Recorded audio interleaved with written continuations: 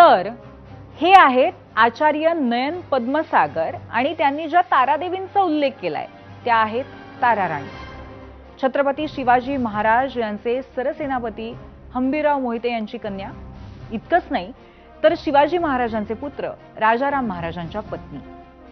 ही त्यांची कौटुंबिक ओळख.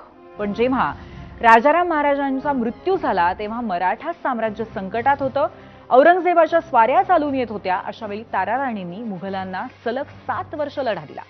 मुघलांच्या विरोधात 1700 ते 1707 या काळामध्ये ताराराणीनं मराठा साम्राज्याचं नेतृत्व करून मुघलांचा कडवा प्रतिकार केला. आणि याच ताराराणींना जैन होत्या असा दावा जैन मुनींनी केला.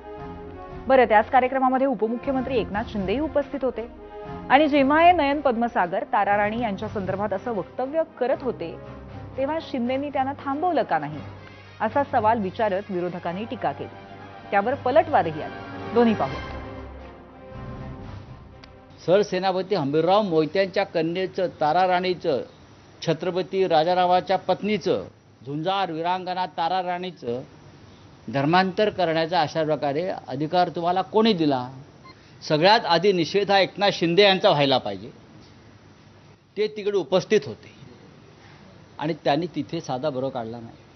कदाचित त्यांना ताराराणी माहीत नसावा. ज्यांनी आयुष्यात कधी मुंगी मारली नाही ते लढाई कुठनं करणार? झुरळ मारलाय का कधी कुठल्या लोकांनी? आणि मग त्यांनी इतिहास लढाईचा सांगावा किंवा शूरवीरांचा इतिहास सांगावा. त्यामुळे यांना कुठलाही वॉरियरचा इतिहास नाही, कुठलाही लढाईचा इतिहास नाही, कुठल्याही शूर पुरुषांचा इतिहास नाही. त्यामुळे कुठली तरी नावं स्वतःकडे घुसळावी त्या दृष्टीने हे धंदे चाललेले आहेत. संजय राऊत, तुम्हाला इतिहासावर बोलण्याचा अधिकार आहे का? ज्या छत्रपती शिवाजी महाराजांच्या वंशजाचे पुरावे तुम्ही मागितले होते त्या इतिहासाबद्दल नाकाने कांदे सोलण्याचा तुम्हाला अधिकार नाही.